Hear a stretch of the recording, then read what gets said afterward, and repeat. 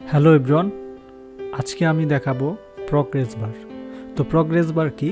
আমরা সিম্পলভাবে যদি একটু হোভার করে নিচে আসি তাহলে দেখব যে এখানে কোনো প্রগ্রেস হচ্ছে না বা কোনো কিছু দেখা যাচ্ছে না। বাট অন দ্য ওয়ে একটা সিস্টেম রয়েছে। আমরা যখন এলিমেন্টরের এলিমেন্টে চলে যাব সেখান থেকে দেখব এখানে প্রগ্রেস বার নামে একটা অপশনস আছে। এখানে যাওয়ার পর আমরা জাস্ট ড্র্যাগ করে এটার উপর ছাড়ার পর দেখো এটা কতটুকু অংশ জুড়ে আছে, শুধুমাত্র 50% জুড়ে, রাইট? এটা একটু ছোট লাগতেছে, তাই না?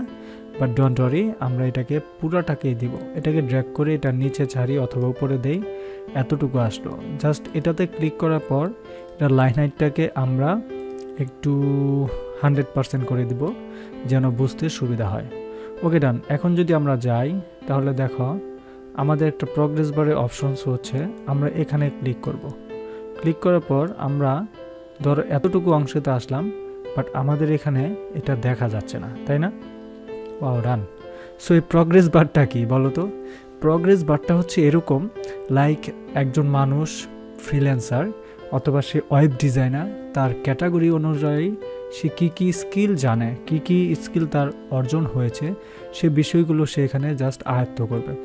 লাইক আমরা যদি একটু আন্দাজে বা আইডিয়া করে দেই, লাইক এটা নিচে আসলাম, আমরা প্রগ্রেস বার এখান থেকে সব কিছুকে আমরা কেটে দিলাম। আপাতত কেটে দেওয়ার পর আমাদের একদম সিম্পলভাবে যদি আমরা এই অংশের রাখি, ডান, এখানে রাখবো, দেন এখানে রাখবো, একদম সুন্দর করে যদি আমরা এখানে হোভার করি তাহলে দেখো এই অংশটা চলে আসছে।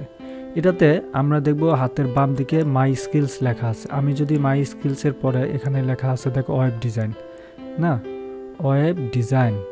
সো ওয়েব ডিজাইন দেওয়া আছে এটা। সো ইনার ওয়েব ডিজাইন, আমি এই যে মাই স্কিলস এই লেখাটাকে বাদ দিয়ে দেবো, এটার দরকার নেই। All done. দেন এটাকে আমরা জাস্ট একটা কপি করব, নিচে আসবো, তিনটা নিলাম। তো তিনটার ভিতরে সবার উপরেরটাতে যদি আমরা যাই, সবার উপরেরটাতে যাওয়ার পরে দেখো এইখানে একটা অপশন আছে web design. Web design suppose আমি কত পার্সেন্ট পারি, এটা হচ্ছে 100%। ওকে, দেন এটা হচ্ছে তোমার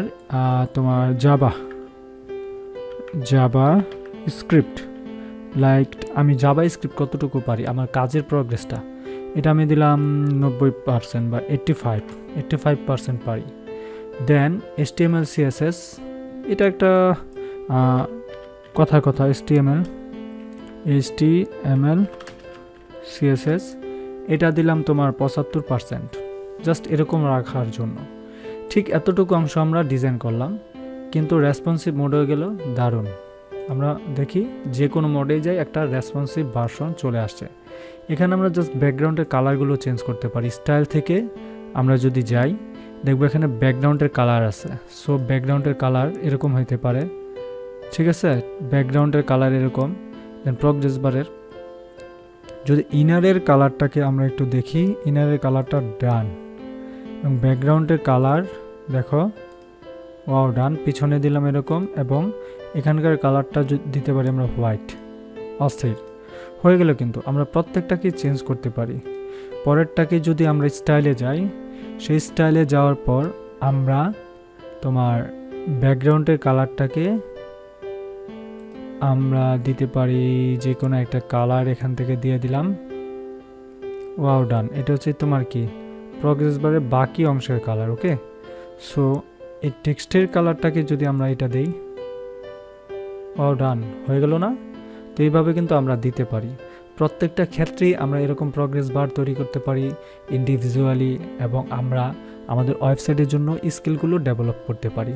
লাইক সর্বশেষ আমরা একটা এখানে হেডিং দিতে পারি। বেসিক থেকে যদি যাই, হেডিং এটার উপরে রাখলাম মাই